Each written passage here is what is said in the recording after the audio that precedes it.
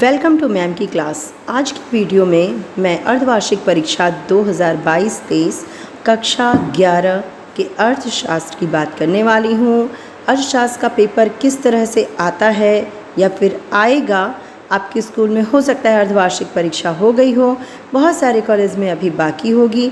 तो अर्थशास्त्र के क्वेश्चन कक्षा 11 में किस तरह से आते हैं, आप पेपर आपके सामने हैं। अच्छा, एक बात और बतानी है कि ऐसे ही हूबहू ऐसे ही पेपर आपके बोर्ड की परीक्षा में भी आते हैं और 11th और 12th यानी 11 और 12 का जो पैटर्न होता है परीक्षा का वो एक जैसा ही होता है।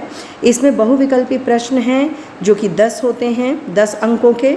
यहाँ आपको ऊपर लिखा हुआ दिख रहा है अर्धवार्षिक परीक्षा। यहाँ पे अर्धवार्षिक परीक्षा 2022-23 कक्षा यहाँ रहेगी, अर्थशास्त्र का सब्जेक्ट रहेगा। एक पेपर होता है, मात्र एक, यानी कि प्रश्न पत्र केवल होता है। पूर्णांक 100 का होता है। समय आपका 3 घंटा 15 मिनट का होता है। ऊपर नाम और रोल नंबर लिखना होता है। इसमें सबसे पहले बहुविकल्पी प्रश्न होते हैं जो कि 10 प्रश्न होते हैं एक एक नंबर के, यानी कि 10 नंबर के बहुविकल्पी प्रश्न होते हैं। तो चलिए देखते हैं कि इस पेपर के जो प्रश्न हैं उसका सही आंसर क्या है। पहला है अर्थशास्त्र के जनक कौन है, तो इसका सही आंसर एडम स्मिथ होगा। अर्थशास्त्र के जनक एडम स्मिथ हैं। दूसरा प्रश्न आपको दिख रहा है द्वितीयक आंकड़े एकत्रित किए जाते हैं। तो द्वितीयक आंकड़े, दो तरह के आंकड़े होते हैं, प्राथमिक और द्वितीयक आंकड़े। तो प्राथमिक आंकड़े तो शोधकर्ता स्वयं से ही एकत्रित कर लेता है, ठीक है, या फिर साक्षात्कार के दौरान भी वो एकत्रित कर लेता है या क्षेत्र में जाके एकत्रित करता है। यानी कि द्वितीयक आंकड़े जो होते हैं उसका सही आंसर है प्रकाशित स्रोतों के द्वारा, यानी कि न्यूज़पेपर में निकले या फिर न्यूज़ में आए या फिर जाके स्रोतों से पता किया जाए, सरकारी दस्तावेज से पता किया जाए, तो इसका सही आंसर प्रकाशित स्रोतों से होगा, ठीक है। तीसरा है सांख्यिकी त्रुटियाँ। तो सांख्यिकी त्रुटियाँ जो है वो कितने प्रकार की होती हैं, यहाँ पे लिखा हुआ है प्रतिदर्श त्रुटियाँ, दूसरा है अप्रतिदर्श त्रुटियाँ और स है यानी कि तीसरा है अ व ब दोनों, यानी प्रतिदर्श और अप्रतिदर्श दोनों, ठीक है। तो यहाँ पे जो सही आंसर होगा वो क्या होगा, अ व ब दोनों, ठीक है। यहाँ पे मिसप्रिंट है, यहाँ पे होना चाहिए दोनों में से कोई नहीं, ठीक है। तो यहाँ पे आपका सही आंसर क्या हो गया, अ व ब दोनों। चौथा क्वेश्चन आपके सामने है चर कितने प्रकार के होते हैं। तो चर 2 प्रकार के होते हैं, ये आप लोग जान रहे हैं। इसका सही आंसर बी होगा, ब होगा। 2 चर होते हैं, चर यानी कि फैक्टर, वेरिएबल फैक्टर और फिक्स फैक्टर, ठीक है, स्थिर चर और अस्थिर चर। किस देश को सोने की चिड़िया कहा जाता था, तो हमारा भारत देश जो है उसे सोने की चिड़िया कहा जाता था। तो इसका सही आंसर अ होगा, भारत। छठा क्वेश्चन है जनसंख्या संबंधी आंकड़े सर्वप्रथम किस वर्ष एकत्रित किए गए। तो जनसंख्या संबंधित आंकड़े जो हैं, सही आंसर है 1881। इस समय पहली बार जनसंख्या संबंधित आंकड़े इकट्ठे किए गए थे। जब आंकड़ों का वर्गीकरण समय के आधार पर किया जाता है तो उसे क्या कहते हैं, तो यहाँ पे आप देख रहे हैं विकल्प हैं भौगोलिक वर्गीकरण, गुणात्मक वर्गीकरण, समयानुसार वर्गीकरण और संख्यात्मक। तो यहाँ तो सीधे सीधे आप समय के आधार पे समयानुसार ही सही होगा। कभी कभी ये दूसरा नाम भी है इसका, समयानुसार या कालानुक्रमिक अनुसार, ठीक है, कालानुक्रमिक वर्गीकरण कहते हैं उसे। तो वह भी यहाँ होता तो सही है, ठीक।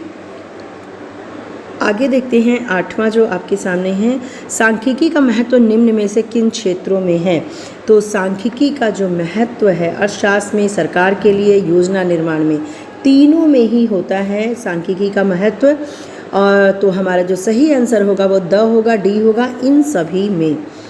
9वां क्वेश्चन दिख रहा है प्राथमिक आंकड़े एकत्रित किए जाते हैं। प्राथमिक आंकड़े किसके द्वारा एकत्रित किए जाते हैं, तो शोधकर्ता के द्वारा। शोधकर्ता यानी कि सर्वेक्षणकर्ता जो होता है सीधे जा कर के प्राथमिक आंकड़ों को इकट्ठा करता है। 10वां है आवृत्ति वितरण श्रृंखला कितने प्रकार की होती है। तो आवृत्ति वितरण श्रृंखला जो होती है वह 2 प्रकार की होती है। आप लोगों ने अगर मेरा वीडियो देखा है इस चैप्टर का तो आप अच्छे से जानते होंगे कि आवृत्ति वितरण श्रृंखला जो होती है 2 तरह की होती है। पहली होती है सतत या इसे संतत भी कहते हैं, कंटिन्यूअस, और एक होती है विविक्त, डिस्क्रिट, विविक्त, ठीक है। तो ये होती है आवृत्ति वितरण श्रृंखला, या फिर अगर इसको दूसरे वे से देखें तो अपवर्जी और समावेशी, वो भी 2 होती हैं। ठीक है, तो इसका जो पहला आंसर है वो सही होगा। 10 बहुविकल्पी के बाद नंबर आता है अति लघु उत्तरी प्रश्न। अति लघु उत्तरी प्रश्न जो होते हैं वो 8 प्रश्न होते हैं, 3-3 नंबर के। एकदम ऐसे ही आपके 12th क्लास में भी होगा और बोर्ड की परीक्षा में भी होगा। ठीक है, तो अति लघु जो 8 प्रश्न हैं 3 नंबर के, ये आपके 50 शब्दों में आप लिख सकते हैं, या फिर अर्थशास्त्र में तो ऐसा है कि जो इसका उत्तर है वो आप एग्जैक्ट लिखें, आपको पूरे मार्क्स मिलते हैं इसमें। तो पहला है यानी कि 11वां जो प्रश्न है, समष्टि अर्थशास्त्र की व्याख्या कीजिए। तो समष्टि अर्थशास्त्र क्या होता है तो मैंने आपको बताया हुआ है वीडियोज़ में, आपने देखा भी है कि समष्टि अर्थशास्त्र में हम एक समग्र की धारणा से चलते हैं। जैसे कि अगर हम आय देखेंगे तो राष्ट्रीय आय की देखेंगे, और अगर हम व्यय देखेंगे राष्ट्रीय व्यय देखेंगे, यानी एक देश के बारे में, समग्र देश के बारे में जब बात होती है समष्टि अर्थशास्त्र में उन विषयों को लिया जाता है जो समग्र की धारणा से होते हैं, जो समग्र की धारणा से प्रेरित होते हैं। 12वां है प्राथमिक व द्वितीयक आंकड़े में अंतर कीजिए। तो प्राथमिक आंकड़ा और द्वितीयक आंकड़ा, यहाँ पे जब आप अंतर करेंगे तो मैंने हमेशा बताया है कि इस तरह से लाइन खींच करके यहाँ आप लिखेंगे प्राथमिक आंकड़ा, यहाँ लिखेंगे द्वितीयक आंकड़ा, और फिर नंबर डाल के उनमें जो जो अंतर है वो लिखेंगे। पहला तो जो मेन इसका है, प्राथमिक आंकड़े क्या होते हैं, सर्वेक्षणकर्ता के द्वारा स्वयं से एकत्रित किए जाते हैं। द्वितीयक आंकड़े हैं वह अन्य स्रोतों से एकत्रित होते हैं। तो इस तरह से 2 से 3 पॉइंट आप बनाएंगे, क्योंकि ये छोटा क्वेश्चन है 3 नंबर का। तो 13वां क्वेश्चन आपके सामने है, वर्गीकृत आंकड़ों में सूचना की क्षति का क्या अर्थ है। तो सूचना की क्षति या सूचना की हानि, ये भी आप लोग को मालूम है। वर्गीकृत आंकड़ों में सूचना की हानि क्या होती है, जैसा कि मैंने आपको बताया था कि परिष्कृत आंकड़े और अपरिष्कृत आंकड़े। तो जो अपरिष्कृत आंकड़े हैं उससे जब हम परिष्कृत करते हैं, यानी कि उसे सुधार के एक सही वे में सही तालिका बना के उसे प्रदर्शित करते हैं, तो बहुत सारे सूचनाओं की हानि हो जाती है। यानी इसका मतलब क्या है कि हमने बहुत एक समग्र को लिया है और उसको छोटा बनाया है, संक्षेप। तो जब भी हम किसी विस्तृत व्याख्या को संक्षिप्त करते हैं तो उसमें कई बातें हमें छोड़नी होती हैं, तो इसी को हम सूचना की क्षति कहते हैं। That's it. आप इतना लिखोगे आपको 3 नंबर मिल जाएंगे। 14वां क्वेश्चन है, वर्ग विस्तार या परास का सूत्र बताएं। परास यानी कि रेंज का सूत्र क्या होता है, तो जब भी वर्गीकरण हम करते हैं तो जो वर्ग होता है, एक वर्ग मान लीजिए कि 20 से 25 है, तो यहाँ पर वर्ग का परास क्या होगा, तो जो इसकी उच्च सीमा है यानी कि 25 माइनस जो निम्न सीमा है 20 यानी कि 5, इसका जो परास है, इसका फैलाव जो है, रेंज है, वो है 5। तो ये हमारा परास का सूत्र होगा। तो परास का सूत्र क्या हुआ, उच्च सीमा माइनस निम्न सीमा। ठीक है। प्रश्न संख्या 15 पे देखिए, ब्रिटिश साम्राज्य से पूर्व की भारतीय अर्थव्यवस्था को समझाएं। तो ब्रिटिश साम्राज्य से पूर्व की जो भारतीय अर्थव्यवस्था है उसको आप 50 शब्दों में समझा सकते हैं कि किस तरह से हमारी अर्थव्यवस्था गर्त में जा चुकी थी और हम बिल्कुल ब्रिटिश उपनिवेशों के द्वारा लुट गए थे। तो इस तरह से आप 3-4 पॉइंट निकाल के इसमें लिख सकते हैं। 16वां प्रश्न है, स्वतंत्रता के समय भारत के समक्ष उपस्थित प्रमुख चुनौतियों को रेखांकित कीजिए। 15 और 16 ये दोनों क्वेश्चन लगभग एक जैसे ही हैं, मतलब एक निष्कर्ष आप इससे निकाल सकते हैं और अपना उत्तर बना सकते हैं कि स्वतंत्रता के समय यानी कि ब्रिटिश साम्राज्य जो है उसके बाद जस्ट बाद उस समय स्वतंत्र हम हुए थे, तो हमारे पास कौन कौन सी चुनौतियाँ थी, गरीबी की, बेरोज़गारी की, हमारे पास कच्चे माल की भी कमी हो गई थी, हमारे जो खनन उत्खनन थे उसमें भी और कृषि में भी बहुत कमी आई थी। तो इन बातों को आप चुनौतियों के रूप में लिख सकते हैं। 17वां है, भारत ने योजना को क्यों चुना। तो भाई जब चुनौतियाँ थीं तो हमें एक योजना बनानी थी क्योंकि हमारी खुद की सरकार हो गई थी। तो इन बातों को आप लिखते हुए योजना को क्यों चुना, इसको कुछ बिंदुओं में या फिर एक पैराग्राफ में आप लिख लेंगे। 18वां क्वेश्चन है, आंकड़ों के प्रस्तुतिकरण का क्या आशय है। तो आंकड़ों का प्रस्तुतिकरण, सारणीकरण, उसको प्रस्तुत करना, रिप्रेजेंटेशन एक ही चीज़ है। आप इसमें 50 शब्दों में एक पैराग्राफ में आप इसे लिख लेंगे। तो यहाँ हमने क्या देखा कि ये जो हमारे 8 क्वेश्चन है 3 नंबर के, इस तरह से 50-50 शब्दों से 50 से लेकर के आप 70 शब्दों में लिख लेंगे, ये पूरे हो जाते हैं। उसके बाद है लघु उत्तरी प्रश्न जो कि 6 नंबर के हैं और 6 क्वेश्चन होंगे, कुल 36 नंबर के। तो उन आवश्यकताओं का चुनाव आप कैसे करेंगे जिनकी आप पूर्ति करना चाहेंगे। हाँ बच्चों, एक बात और मैं बताना चाहूँगी कि ये जितने भी क्वेश्चन हैं ये बहुत ही इंपॉर्टेंट हैं। ये आपके फाइनल एग्ज़ाम में भी आ सकते हैं या फिर इसी तरह से थोड़ा घुमा के इसको दिया जा सकता है। पहला उन आवश्यकताओं का चुनाव आप कैसे करेंगे जिनकी आप पूर्ति करना चाहेंगे, इसे हम लिख लेंगे। ये 6 नंबर का है, इसे आप लगभग 150 से 200 शब्दों में लिखेंगे।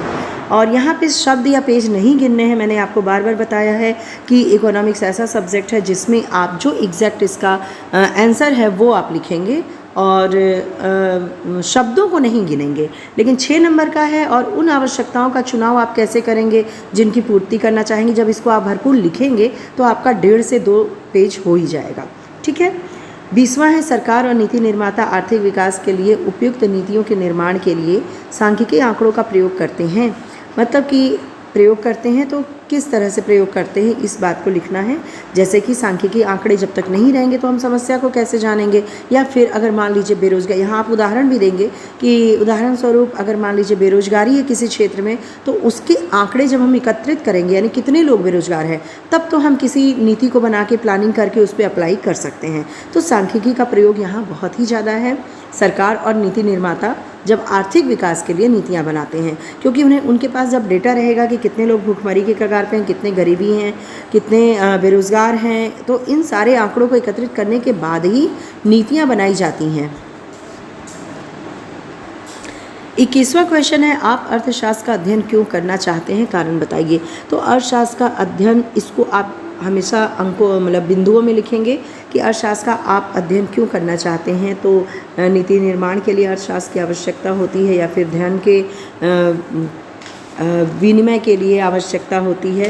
तो आप अर्थशास्त्र का अध्ययन करना चाहेंगे, इसका मतलब ये है कि अर्थशास्त्र की जो विषय वस्तु है उसे आप यहाँ पर बताएंगे। उत्पादन क्षेत्र, उपभोग क्षेत्र, विनिमय क्षेत्र, इन सब बातों को आप बताएंगे। 22वां है, प्रश्नावली की व्याख्या कीजिए। प्रश्नावली का आप पूरा खाका देंगे कि प्रश्नावली में किस किस तरह के प्रश्न होने चाहिए और उसको थोड़ा आप इतना व्याख्या करेंगे कि 2 पेज तो हो ही जाएगा।